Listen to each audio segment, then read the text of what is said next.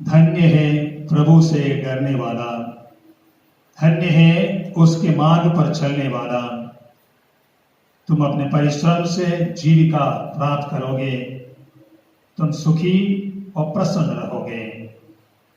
पिता और पुत्र और पवित्र आत्मा के नाम पर आमीन। प्रभु आप लोगों के साथ हो और आपके साथ भी। क्रिस्त में मेरे प्यारे पल्लीवासियों, आज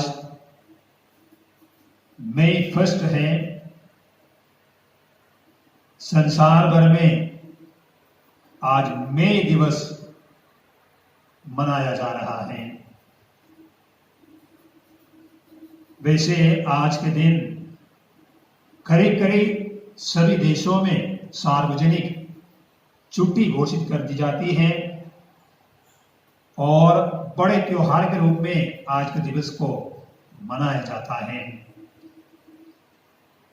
इसकी शुरुआत 1886 मई 4 तारीख को अमेरिका के शिकागो नगर में मजदूर लोगों ने 8 घंटे का काम यानी 8 आवर वर्क की मांग को लेकर एक आंदोलन शुरू किया।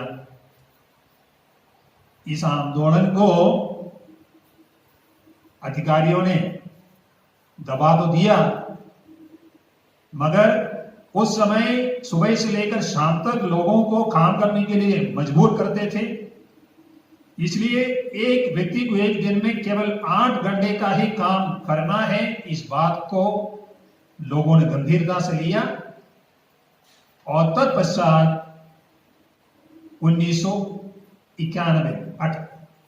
1891 मई 1 तारीख से लेकर मई दिवस के रूप में, मजदूरों का अधिकार का दिवस के रूप में शुरू में कम्युनिस्ट देशों में इसको मनाने लगा और धीरे धीरे सभी देशों में मई 1 को संसार भर के सभी मजदूरों का अधिकार का दिन के रूप में मनाने लगे। 1955 में तत्कालीन संत पापा पियूस 12वें ने मई 1 को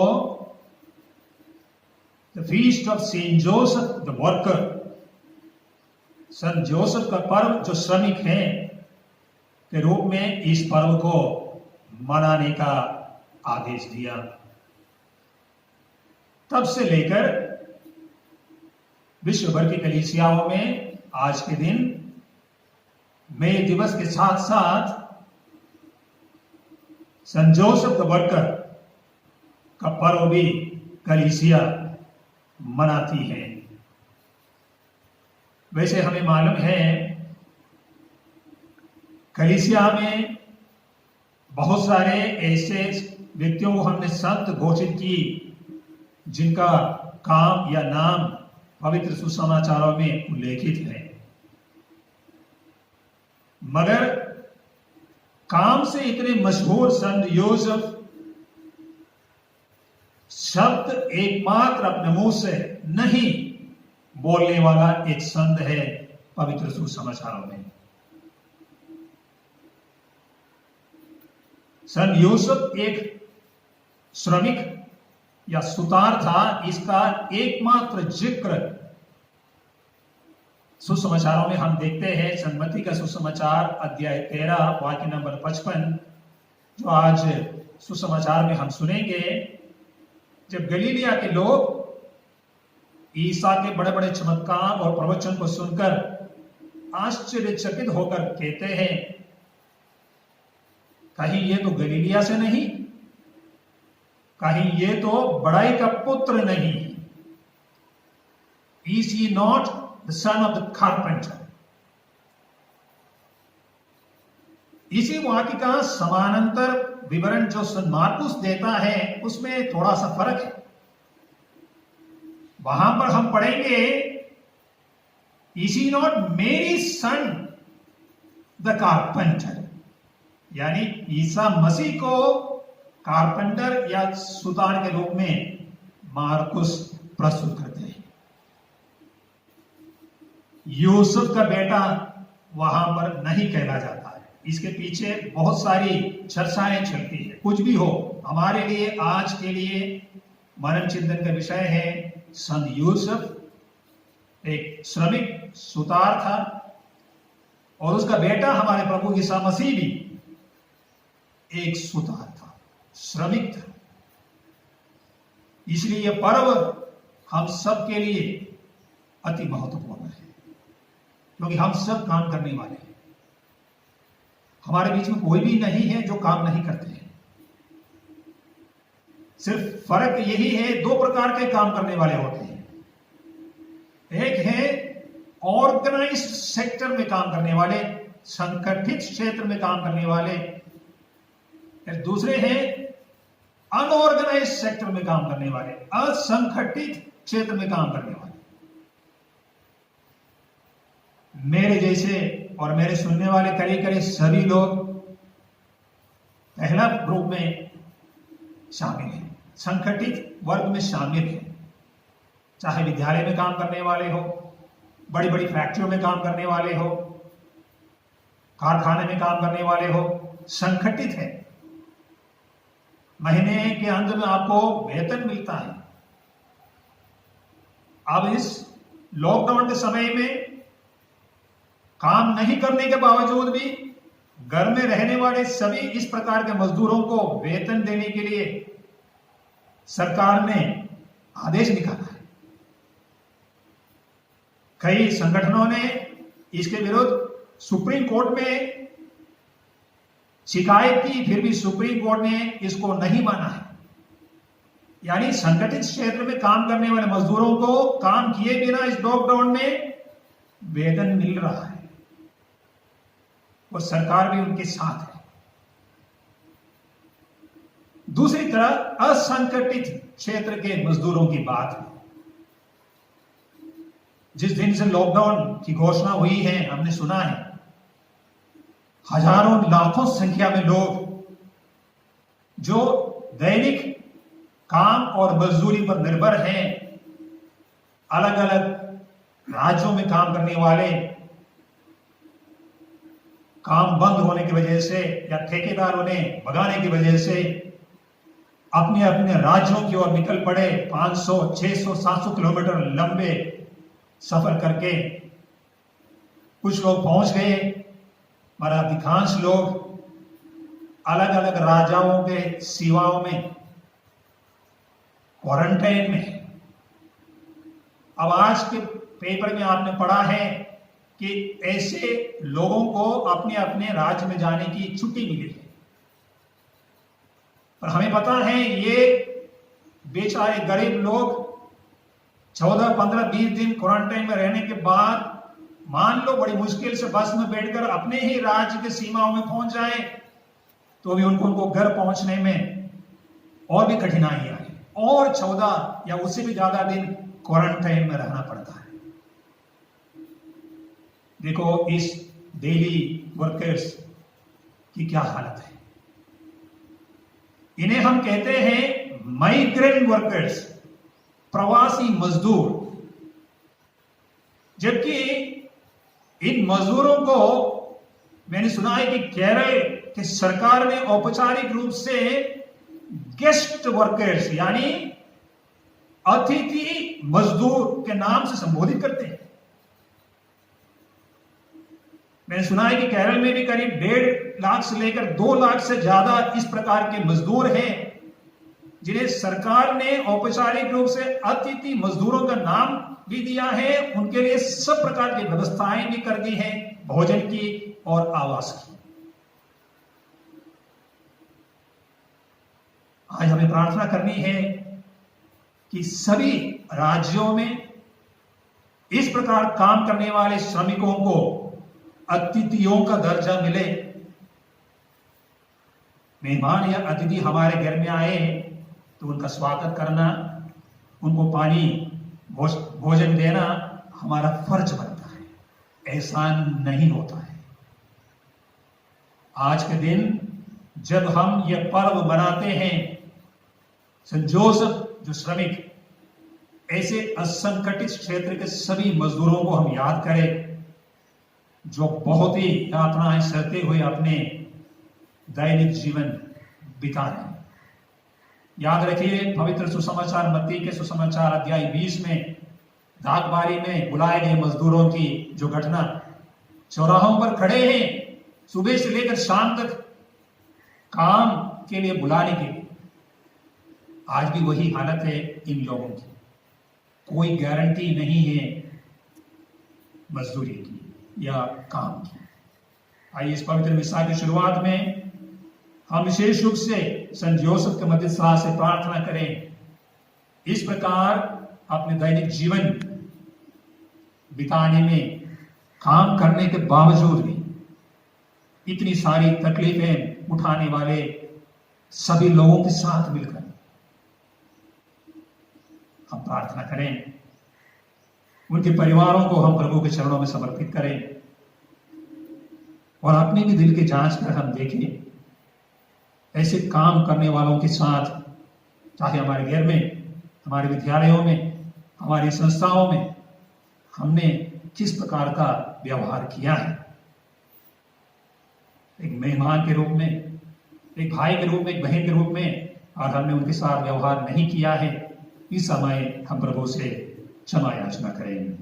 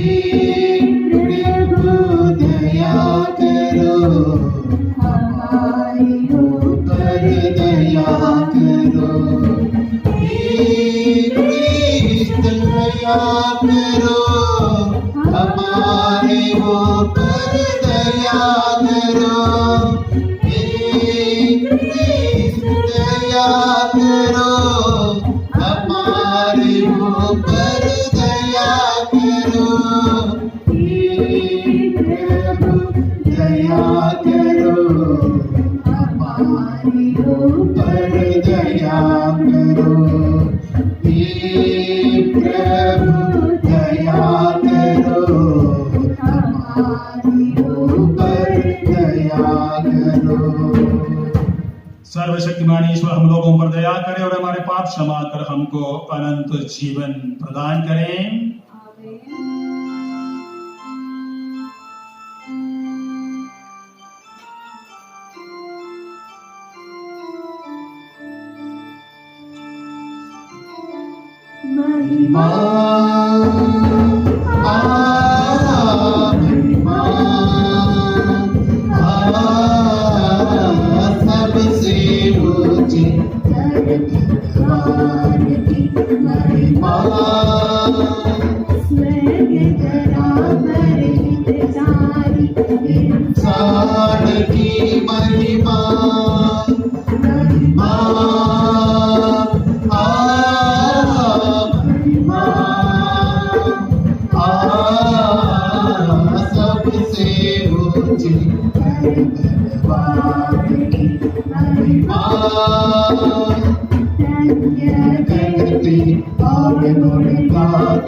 धन्य धन्य हम कहते आराधना करते हैं, तेरी महिमा गाते, महिमा महिमा सबसे ऊंची महिमा परमेश्वर स्वर्ग धरा के स्वामी है, तेरा पुत्र यीशु ख्रिस्त है, तेरा गुणगान गाते हैं, महिमा महिमा सबसे ऊंचे भगवान की महिमा, जगत का पालू करने वाले हम पर दया तू कर दे, पिता के दाहिने विराजमान है, हमारे विनती सुन ले, महिमा महिमा सबसे ऊंची भगवान की महिमा, तू ही पावन, तू ही प्रभु है, तू ही पवित्र आत्मा के संग, पिता की महिमा सर्वोपरि है, तेरी महिमा होती रहे, महिमा महिमा सबसे ऊंची भगवान की महिमा,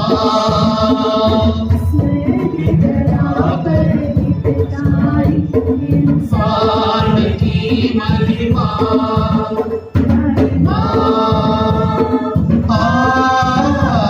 महिमा सबसे ऊंची भगवान की महिमा। हम प्रार्थना करें। हे सब वस्तुओं की सृष्टिकर्ता प्रभु, तूने मानव को परिश्रम करने का आदेश दिया है। संत योसेफ के उदाहरण के अनुरूप और इनके संरक्षण में रहकर हम सभी कार्य पूरा करें जिन्हें तूने हमें सौंपा है, और अंत में प्रतिज्ञात पुरस्कार प्राप्त भी करें। हम ये प्रार्थना करते हैं हमारे प्रभु और तेरे पुत्र यीशु ख्रिस्त के द्वारा, जो इस प्रभु का तेरे तथा पवित्र आत्मा के साथ युगान युग जीते और राज्य करते हैं। आमीन। पहला पाठ उत्पत्ति ग्रंथ अध्याय 1। पाठ का विषय पृथ्वी पर फैल जाओ और उसे अपने अधीन कर लो। ईश्वर ने कहा, हम मनुष्य को अपना प्रतिरूप बनाए, वह हमारे सदृश हो। वह समुद्र की मछलियों, आकाश के पंछियों, घेरेलू और जंगली जानवरों और जमीन पर रहने वाले सब जीव जंतुओं पर शासन करे। ईश्वर ने मनुष्य को अपना प्रतिरूप बनाया और उसने उसे ईश्वर का प्रतिरूप बनाया। उसने नर और नारी के रूप में उनकी सृष्टि की। ईश्वर ने यह कहकर उनको आशीर्वाद दिया, फलो फूलो, पृथ्वी पर फैल जाओ और उसे अपने अधीन कर लो। समुद्र की मछलियों, आकाश के पंछियों और पृथ्वी पर विचरने वाले सब जीव जंतुओं पर शासन करो। ईश्वर ने कहा, मैं तुमको पृथ्वी पर के बीज पैदा करने वाले सब पौधे और बीजदार फल देने वाले सब पेड़ दे देता हूँ। यह तुम्हारा भोजन होगा। मैं सब जंगली जानवरों को, आकाश के सब पक्षियों को, पृथ्वी पर विचरने वाले जीव जंतुओं को उनके भोजन के लिए पौधे की हरियाली दे देता हूँ। और ऐसा ही हुआ। ईश्वर ने अपने द्वारा बनाया हुआ सब कुछ देखा और यह उसको अच्छा लगा। संध्या हुई और फिर भोर हुआ। यह छठा दिन था। इस प्रकार आकाश तथा पृथ्वी और जो कुछ इनमें है सब की सृष्टि पूरी हुई। 7वें दिन ईश्वर का किया हुआ कार्य समाप्त हुआ। उसने अपने समस्त कार्य समाप्त कर 7वें दिन विश्राम किया। ईश्वर ने 7वें दिन को आशीर्वाद दिया और उसे पवित्र माना, क्योंकि उस दिन उसने सृष्टि का समस्त कार्य समाप्त कर विश्राम किया था। यह प्रभु की वाणी है। ईश्वर को धन्यवाद।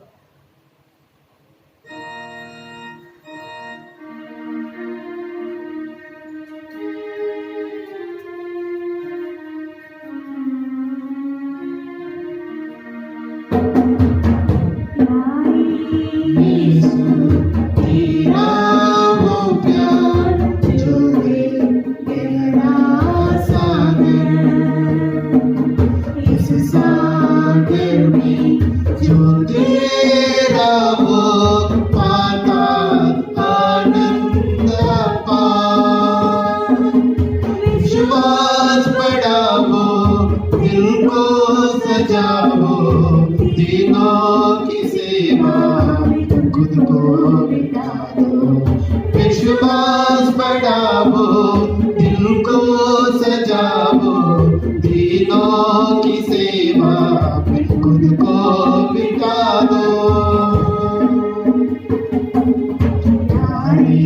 यीशु तुझको संभाल दे दो अपना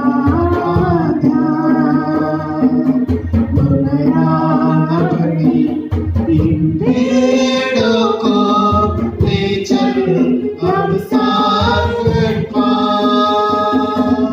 विश्वास बढ़ाओ, दिल को सजाओ, दिनों की सेवा में खुद को बिता दो।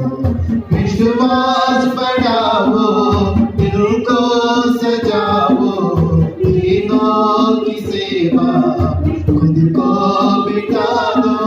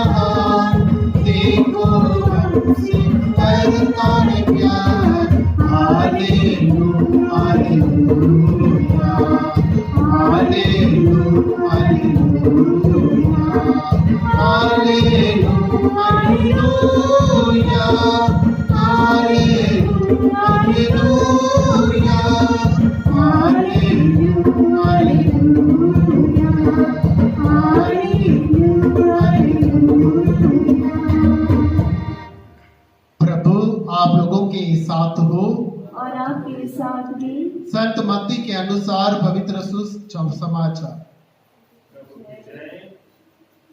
अध्याय 13 पवित्र वचन 54 से 58 तक। पाठ का मुख्य वाक्य है, क्या यह बढ़ाई का बेटा नहीं है? यीशु अपने नगर आए और लोगों को उनके सभागृह में शिक्षा देने लगे। वे अचंभ में पढ़कर कहने लगे, इसे यह ज्ञान और यह सामर्थ्य कहां से मिला है? क्या यह बढ़ई का बेटा नहीं है? क्या मरियम इसकी मां नहीं? क्या याकूब, यूसुफ, सिमोन और यूदस इसके भाई नहीं? क्या इसकी सब बहनें हमारे ही बीच नहीं रहती? तो यह सब इसे कहां से मिला? और वे उनमें विश्वास नहीं कर सके। यीशु ने उनसे कहा, अपने नगर, अपने घर में नबी का आदर नहीं होता। लोगों के अविश्वास के कारण उन्होंने वहां बहुत कम चमत्कार दिखाए। यह प्रभु का सुसमाचार है। क्रिस्त की जय।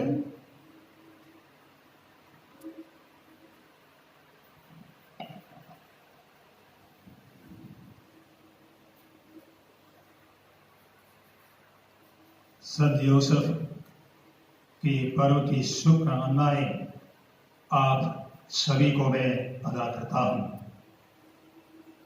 जैसा कि मिसा की शुरुआत में मैंने कहा, ये हमारे सुसमाचारों में उल्लेख महान व्यक्तियों में एक है जो कभी भी अपना मुंह खोलकर एक भी शब्द नहीं बोलता है। इसके बावजूद भी मुक्ति कार्य में ईसा मसीह के साथ सहयोग देने वाली माता मरियम के बाद हमेशा कलीसिया संत यूसुफ का ही नाम जोड़ती है। उसके बारे में पवित्र बाइबल में जो विवरण है बहुत कम है। विशेषकर संत मत्ती और लूकस के सुसमाचार में ही इस व्यक्ति के बारे में जो थोड़ी सी जानकारी है वो हमें मिलती है। सबसे पहले मत्ती के वंशावली में अध्याय 1 वाक्य नंबर 16 में हम पढ़ते हैं, याकूब से मरियम का पति यूसुफ। ये पहला जिक्र है। यूसुफ का नाम मरियम का नाम लिखने के बाद ही लिखा है, क्योंकि सुसमाचार लेखक ये बताना चाहते हैं कि मरियम ही सर्वश्रेष्ठ भूमिका निभाने वाली है। आगे जाकर हम देखते हैं पहला अध्याय वाक्य नंबर 18 से लेकर पूरे अध्याय 2:23 तक, और उसके बाद का जो घटना है इसमें बहुत ही प्रत्यक्ष रूप से संत यूसुफ की भूमिका रही है।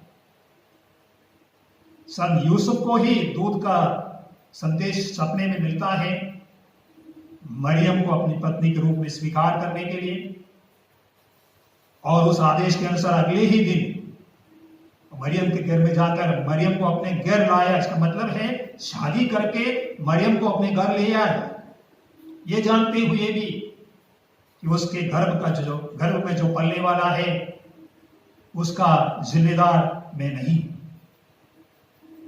आगे जाकर हम देखते हैं बच्चे को जन्म देने के बाद दूतों के द्वारा संदेश मिलता है कि बच्चे की जान खतरे में है। मां और बच्चे को लेकर तुरंत बेथलेहम से मिस्र देश भाग जाओ।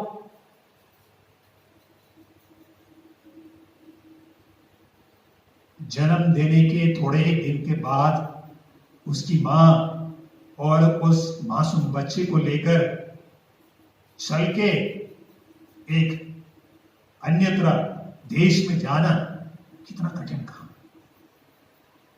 यूसुफ कभी भी कुछ भी विरोध में नहीं बोलते, स्पष्टीकरण भी नहीं मांगते हैं। बहुत सारे सवाल यूसुफ पूछ सकते थे दूतों से, मगर एक भी सवाल यूसुफ नहीं पूछते। और दूसरी तरफ भी हम देखते मरियम भी यूसुफ को कोई स्पष्टीकरण नहीं देती है, क्योंकि मरियम भी जानती है जो कुछ हो रहा है ये उसके हाथ में नहीं है। भले मेरी तरफ से मैं कितना भी स्पष्टीकरण दूं तो कोई भी मर्द ये कहानी स्वीकार करने वाला नहीं है। See the power of silence. चुप्पी या निशब्दता कितना महत्वपूर्ण बनता है ऐसे महत्वपूर्ण क्षणों में। और आगे जाकर थोड़े समय के बाद दूत का संदेश मिलता है, बच्चे को लेकर वापस बेथलेहम मत आओ, नासरत जाओ।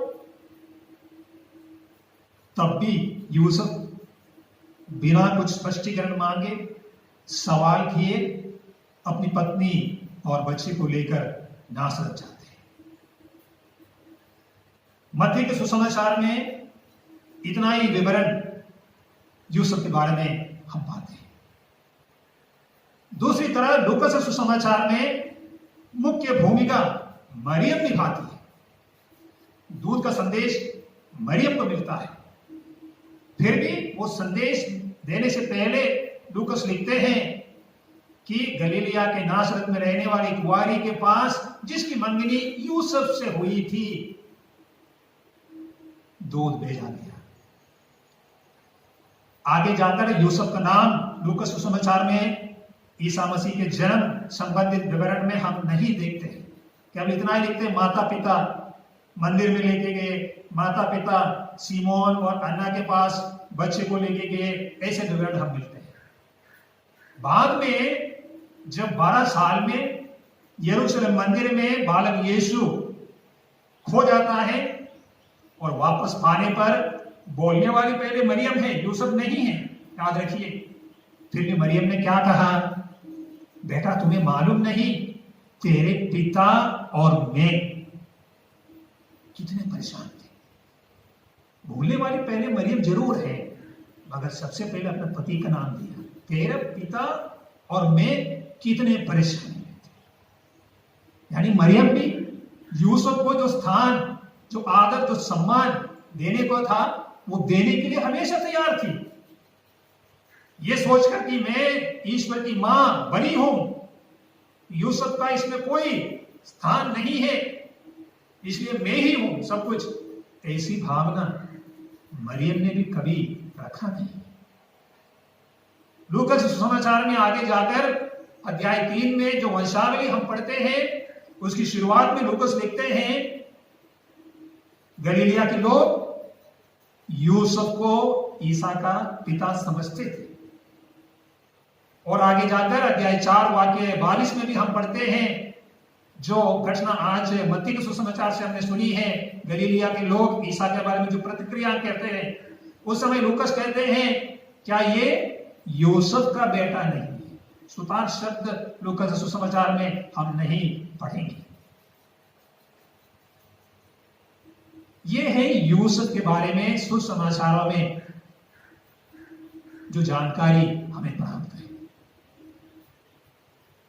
आगे जाकर हमें पता नहीं है ईसा मसीह के सार्वजनिक जीवन के समय में, और विशेष करके ईसा मसीह के मौत के समय में भी मरियम के साथ यूसुफ दिखाई नहीं दे रहा। इसलिए हमारा विश्वास है, एक परंपरा है कि यूसुफ ईसा मसीह के मौत के पहले जरूर शांत हो गए। तभी तो ईसा मसीह के मौत के समय ईसा मसीह ने अपनी मां को अपने चचेरा भाई योहन को सौंप दिया। अगर पिता होता तो अपनी मां को और किसी के हाथ में सौंपने की जरूरत नहीं थी। मगर यूसुफ को हमेशा बड़ी दाढ़ी वाला व्यक्ति के रूप में हम मूर्ति में देखते हैं, तस्वीरों में देखते हैं, जबकि मरियम हमेशा एक कुंवारी 17-18 साल की लड़की के रूप में हम देखते हैं। शायद वो तस्वीर देखकर मुझे और आपको लगेगा यूसुफ मरियम का बाप है। इसके पीछे बहुत तर्क बताए जाते हैं।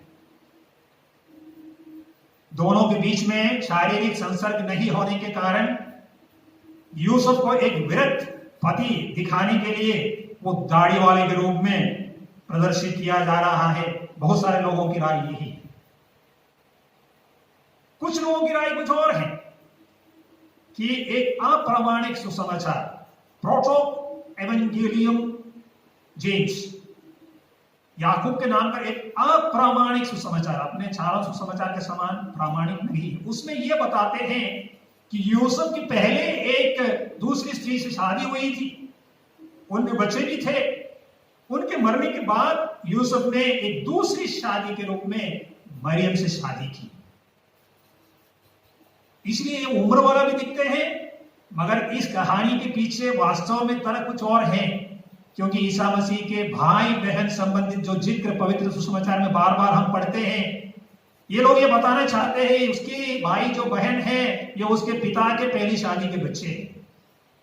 वास्तव में कैथोलिक कलीसिया में जो प्रामाणिक सुसमाचार इस प्रकार का विवरण का कभी भी उल्लेख नहीं करते हैं, कलीसिया भी इसको मान्यता नहीं देती है।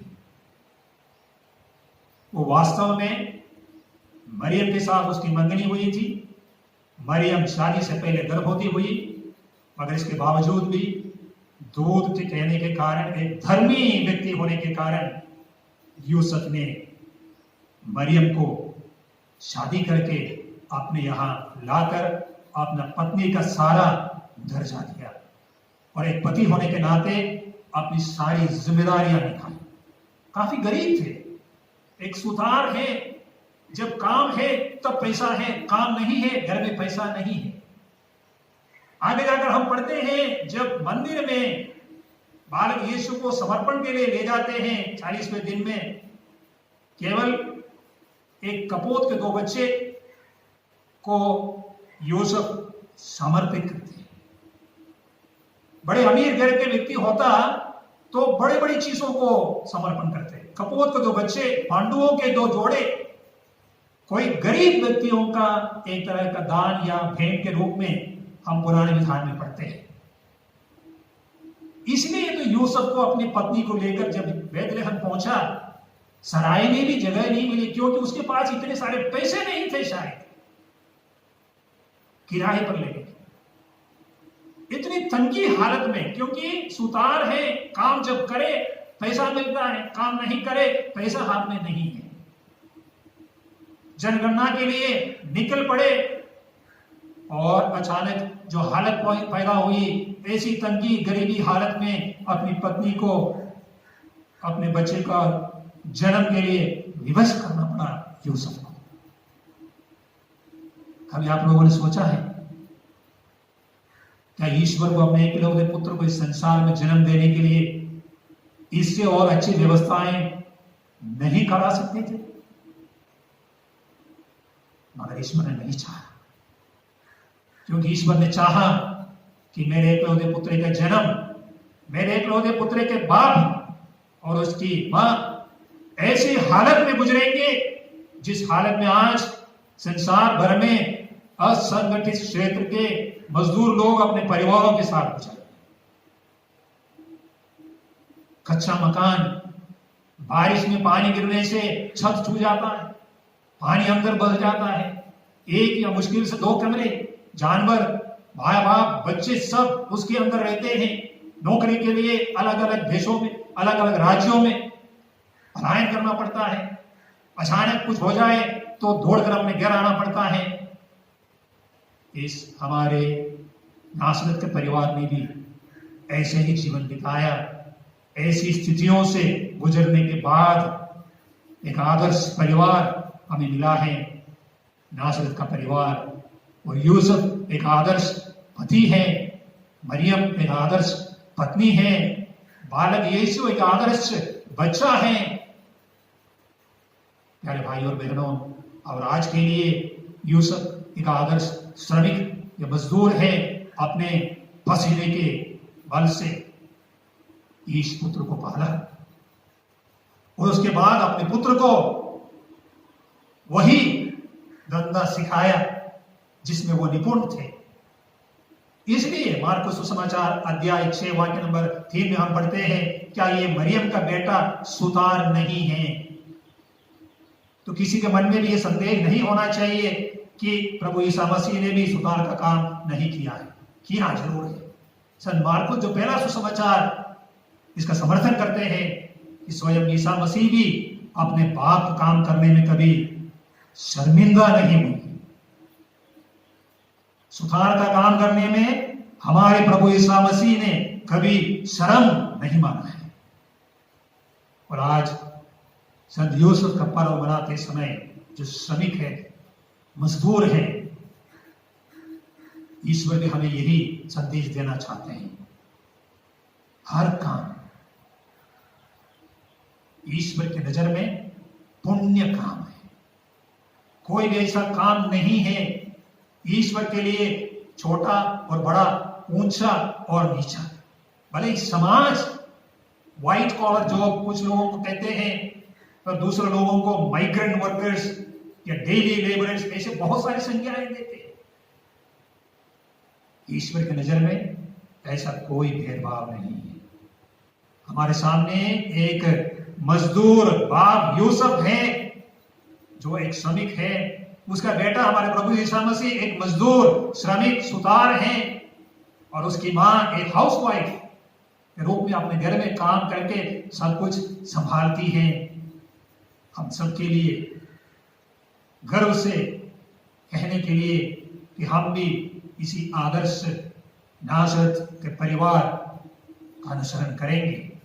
संत यूसुफ के जो मार्गदर्शन हमें मिला है, हम उसी के अनुसार हमारे अपने परिवारों को अपने परिश्रम से, अपनी मेहनत से चलाने के लिए कोशिश करें, और इस प्रक्रिया में हमारे सामने आने वाली हर प्रकार की बाधाओं को हम ईमानदारी के रास्ते से चलते हुए सामना करेंगे। आइए संत यूसुफ की मध्यस्थता से सभी मजदूर वर्गों को प्रभु ईश्वर की प्रचुर मात्रा में कृपा मिले।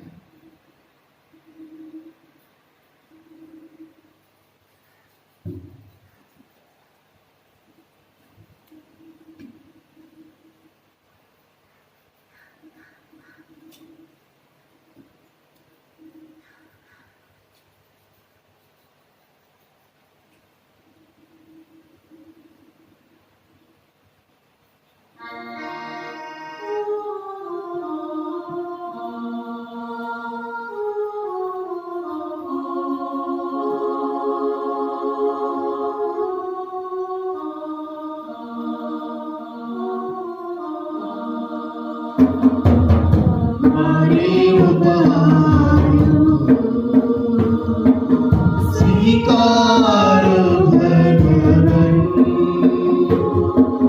लेके हम तुम्हारे चरणों में अर्पित करते गेहूं की बनी रोटी के साथ जीवन बिताते हैं, अंगूर रस की प्याली के साथ प्यार मिलाते हैं।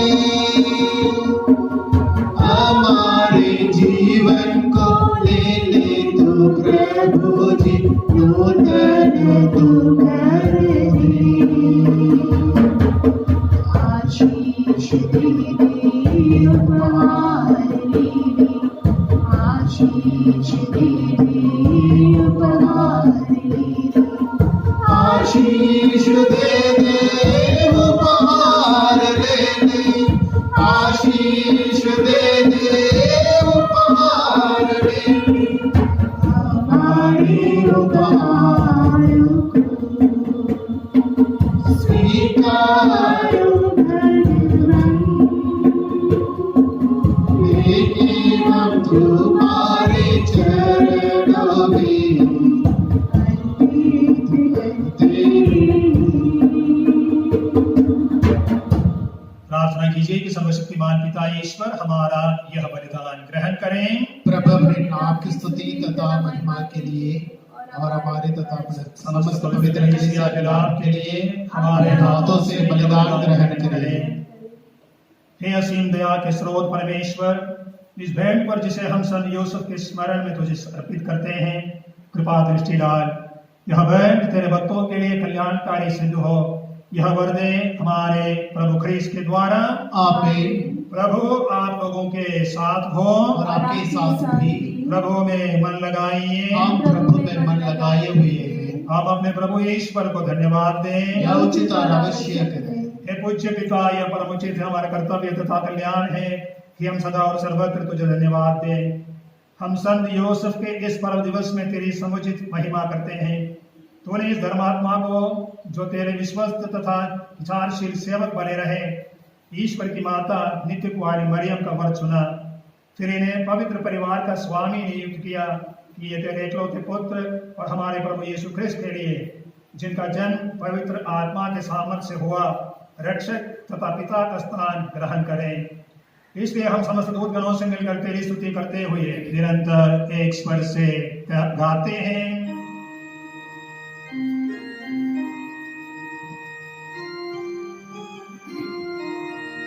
पावन तेरा पावन, गूंजे सारा जहां। पावन तेरा पावन, गूंजे सारा जहां। स्वर्ग धरा की हर कोने में तेरी महिमा। जय जयकार हो प्रभु का, पूजित है सर्वोच्च गगन। पावन तेरा पावन, पूजे सारा जहां। पावन तेरा पावन, गूंजे सारा जहां।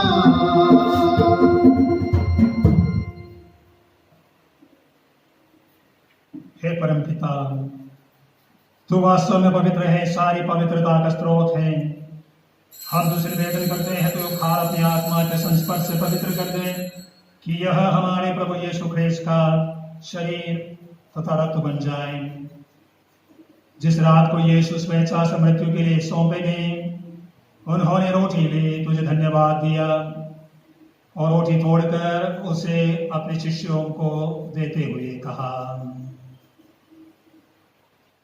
तुम सब इसे लो और खाओ, यह मेरा शरीर है जो तुम्हारे लिए बलि चढ़ाया जाएगा। मेरे प्रभु मेरे ईश्वर, हे मेरे प्रभु मेरे ईश्वर।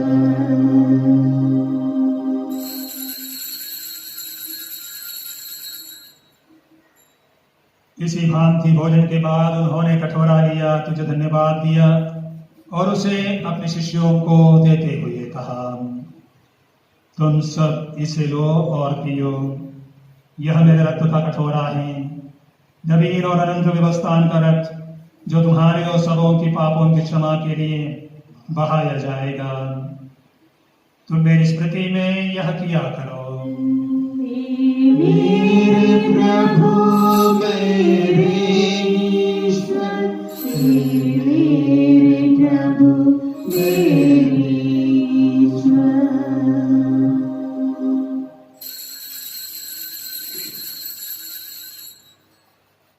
यह है हमारे विश्वास का रहस्य।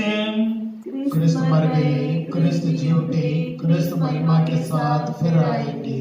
हे परमपिता, यह आज्ञा मानकर हम अपने प्रभु की मृत्यु और पुनरुत्थान की स्मृति में तुझे जीवन की रोटी और मुक्ति का कटोरा चढ़ाते हैं। हम तुझे धन्यवाद देते हैं कि तूने हमें अपने सम्मुख उपस्थित होने और अपनी सेवा करने का सौभाग्य प्रदान किया है। हमारा नम्र निवेदन है कि हम सब जो ख्रीस्त का शरीर तथा रक्त ग्रहण करते हैं, पवित्र आत्मा के द्वारा एकता के सूत्र में बंधे रहें। प्रभुवर हमारे संत पिता फ्रांसिस, हमारे धर्माध्यक्ष देव प्रसाद और जोसेफ और सभी याजकों के साथ विश्व भर में फैली अपनी कलीसिया की सुधि ले तथा ऐसे प्रेम में सिद्ध बना दे। हे प्रभु, हमारे उन भाई बहनों की भी सुधि ले जो पुनरुत्थान की आशा में परलोक सुधार चुके हैं। उन्हें और सभी मृतकों को अपने पुण्य दर्शन का सौभाग्य प्रदान कर।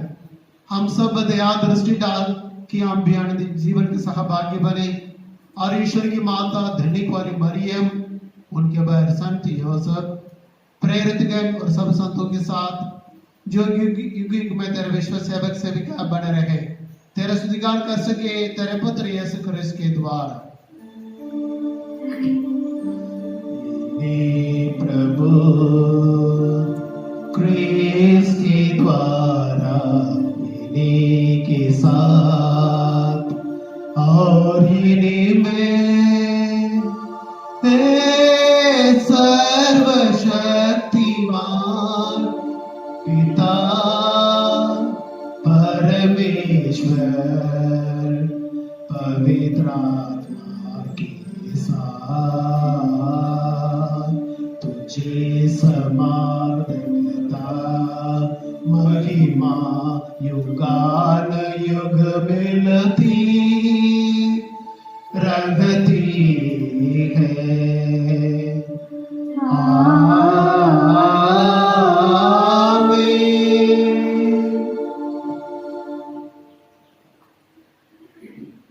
आइए हम सब मिलकर पिता ईश्वर से प्रार्थना करें जैसे हमारे प्रभु ने हमें सिखाया है। हे हमारे पिता जो स्वर्ग में है, तेरा नाम पवित्र किया जाए, तेरा राज्य आवे, तेरी इच्छा जैसे स्वर्ग में वैसे पृथ्वी पर भी पूरी हो। हमारा प्रतिदिन का आहार आज हमें दे और हमारे अपराध हमें क्षमा कर जैसे हम भी अपने अपराधियों को क्षमा करते हैं, और हमें परीक्षा में न डाल परंतु बुराई से बचा। हे प्रभु हम तुझसे प्रार्थना करते हैं सभी बुराइयों से हमें बचा और जीवन में हमें कृपा पूर्वक शांति प्रदान कर। हम तेरे दया से सदा पाप से दूर और हर विपत्ति से सुरक्षित रहें और उस दिन की प्रतीक्षा करते रहे जब हमारे मुक्तिदाता यीशु ख्रीस्त फिर प्रकट होकर हमारी मंगलमय आशा पूरी करेंगे।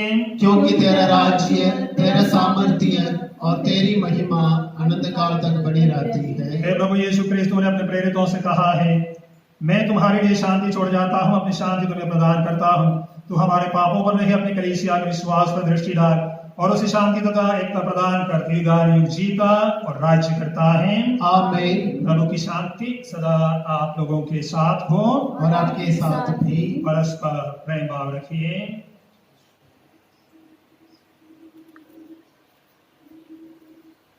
हे ईश्वर के मेमने तू संसार के पाप भर लेता है, हम पर दया कर। हे ईश्वर के मेमने तू संसार के पाप भर लेता है, हम पर दया कर। हे ईश्वर के मेमने तू संसार के पाप भर लेता है। हमें शांति प्रदान कर। हे प्रभु यीशु ख्रीस्त हम तेरा शरीर तथा रक्त ग्रहण करने वाले हैं। ये हमारे लिए विचार और दंड का कारण न बने बल्कि तेरी दया से हमारा तन मन सुरक्षित और स्वस्थ रखे। देखिए ईश्वर का मेमना जो संसार के पाप भर लेता है। धन्य हम जो प्रभु के इस बोझ में आज यहाँ बुलाए गए हैं। हे प्रभु मैं इस योग्य नहीं कि आप मेरे यहाँ किंतु ये एक शब्द कह दे और मेरी आत्मा चंगी हो जाएगी। ख्रिस्त का शरीर और रक्त अनंत जीवन के लिए हमारी रक्षा करता रहे। आमीन।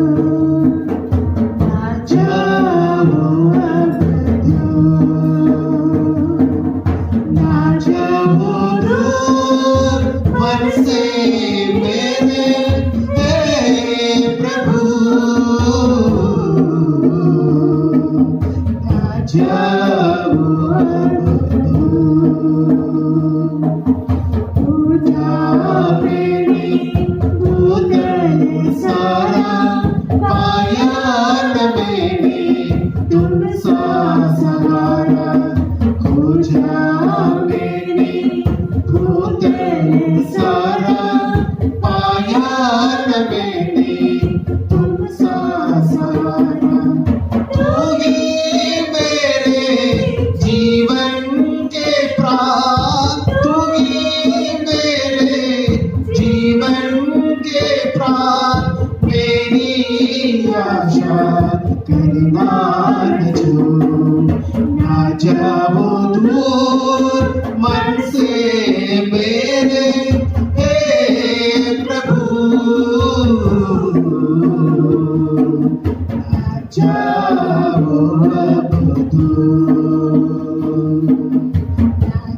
हम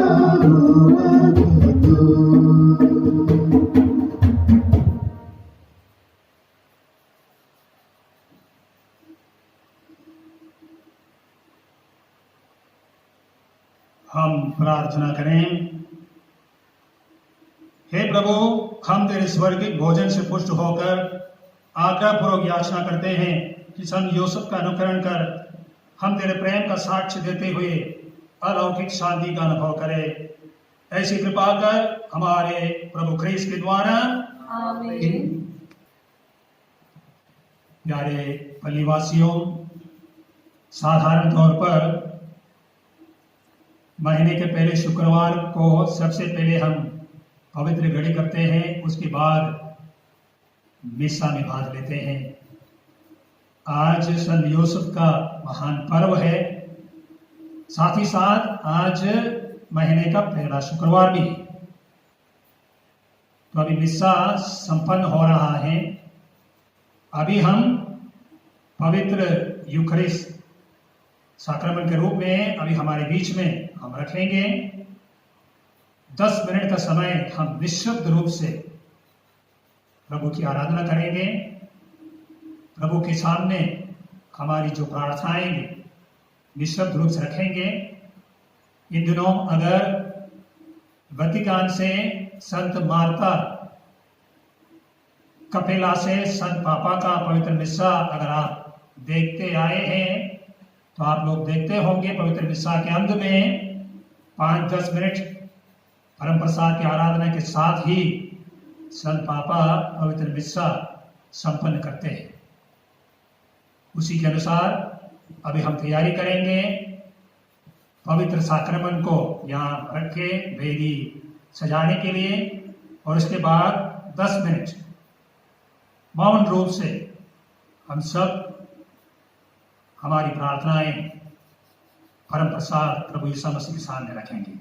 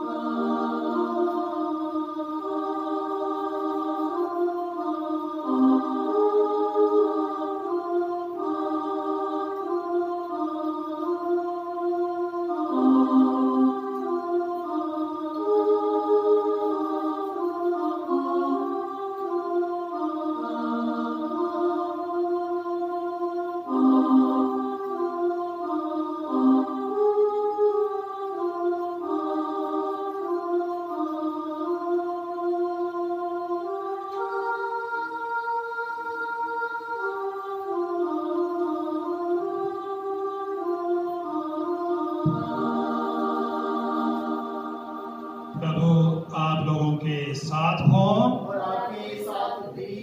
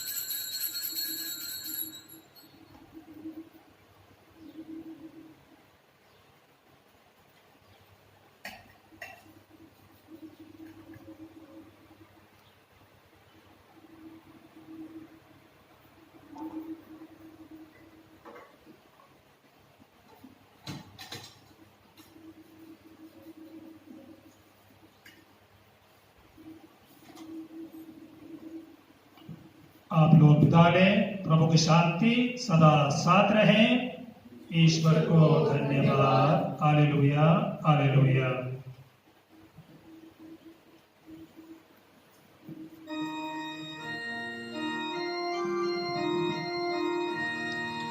कर हमारी सहायता संजोग से, हम तुझे पुकारते हैं। कर हमारी सहायता संजोग से, यीशु का पालन का सुबानी संजोग से, हमें दिला यीशु का तेजा प्यार। कर हमारी सहायता संजोग से, मरियम का दूल्हा विश्वासी संजोग से, हमें दे दिला मरियम की भक्ति। कर हमारी सहायता संजोग से, यीशु मरिया को विपद से बचाया। विपद में दिला गिरजा को जय नारा।